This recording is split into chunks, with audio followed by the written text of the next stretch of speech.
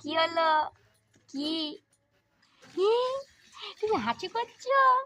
তোমার তো নাক দিয়ে দাঁত দিয়ে চোখ দিয়ে ফোঁটা ফোঁটা পড়ছে, মিষ্টির রস পড়ছে তোমার। হ্যাঁ, তোমার মিষ্টি লজ পড়ছে। চাট, তুই চাট শালা। কই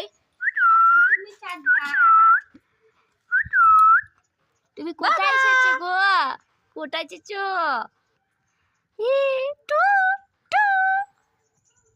কি হয়েছে? তুমি বুঝতে পারছো না? ঠিকই বুঝতে পারছো তোর বেটা।